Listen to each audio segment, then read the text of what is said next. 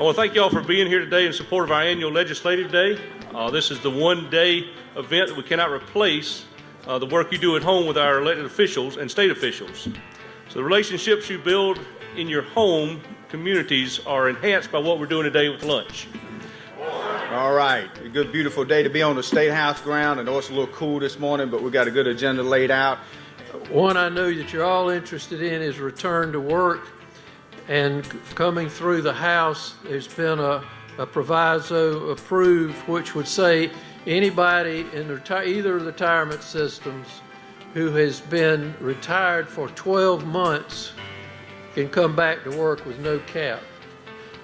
There's also a proviso passed the House that says that any volunteer firefighter could get the Blue Cross Blue Shield health insurance through the state at their own expense, of course, but that you'd be eligible to sign on through PEBA, the Public Employees Benefit Authority, and get the same state health plan, that you could get on that plan and pay for that for volunteer firefighters and their dependents. There's another bill in the Senate that increases the volunteer firefighters on an incentive program deduction and tax deduction from $3,000 to $6,000. So that would be very beneficial as well. As always, we're working to try to get the $250,000 for the out-of-pocket expense on post-traumatic distress disorder, as well as supporting the FAST team and the great work that they do every year. I wanted to give you some numbers, just a few, and I'm going to read them because that's what I need to do. Since 2016, October 1st, when the budget proviso came into funding for us, we have seen over 6,000, made 6,000 peer contacts. We have had 165 claims of first responders, fire, EMS, and 911 telecommunicators. We have paid out $253,000 in these claims. And remember, it was said that these are out-of-pocket expenses. The national average of folks that go from the peer contact to the clinical care is about 2%, national average. In South Carolina, we're looking at 2.75. Now, some people might say, why are we so much higher than other states? Well, it's because we've been doing it longer than most places. We do a lot of education, we do a lot of training all around the state to understand, for our folks to understand that this is available to them and can help them. So I'm proud that we're a little bit higher than the national average. Some numbers, Serena and I were talking this morning, we've only reached 29% of fire, EMS, and 911 telecommunicators. Out of 22,000 folks, we still have a lot of work to do. And I look forward to you guys helping us get that work done.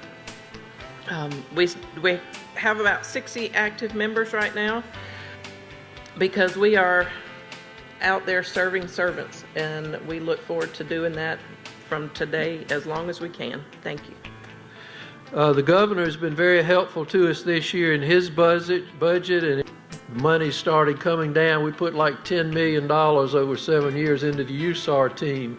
Now that equipment's getting kind of old, it needs updating. It needs some good bit of work needs to be done in that regard. The governor actually put $1 million for us in his budget on that. The House did put in an incident support manager in connection with that team, but they did not fund more equipment, so we need to be working on that as well. There are a number of other health bills that are they've been introduced for various things from cancer to post-traumatic stress and other issues such as that, and we're monitoring those and working very hard to keep up and to do anything we can as an association to promote the health of firefighters. There's also a bill that would greatly increase the funds available for the VSAFE grants that go out, and we hope to be successful in getting that through if at all possible.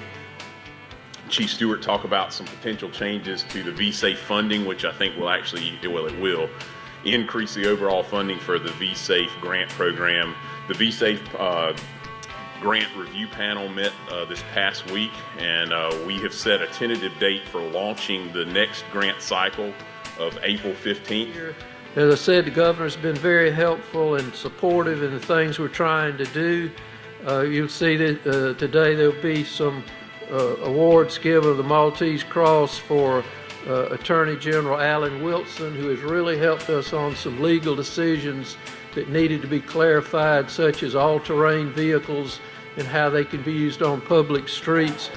Merle Smith, the chairman of Ways and Means, and Gary Simrell, who's the majority leader. Both of those gentlemen very helpful with us this year. So we thank you for everything you do. We urge you to keep close relationships with your legislators back at home. We can't tell you how important that is to the work that we do for you down here. The contacts that you maintain there, invite them over to suppers at the fire station or whatever you do in that regard, and keep a close relationship so that when we call the director and he pulls the trigger, we can continue to see those cell phones lighting up on the floors of the Senate and the House. I think this Firefighters Association is probably one of the strongest ones in the legislature, period. When you see that, it's just incredible, the respect that they have for you and the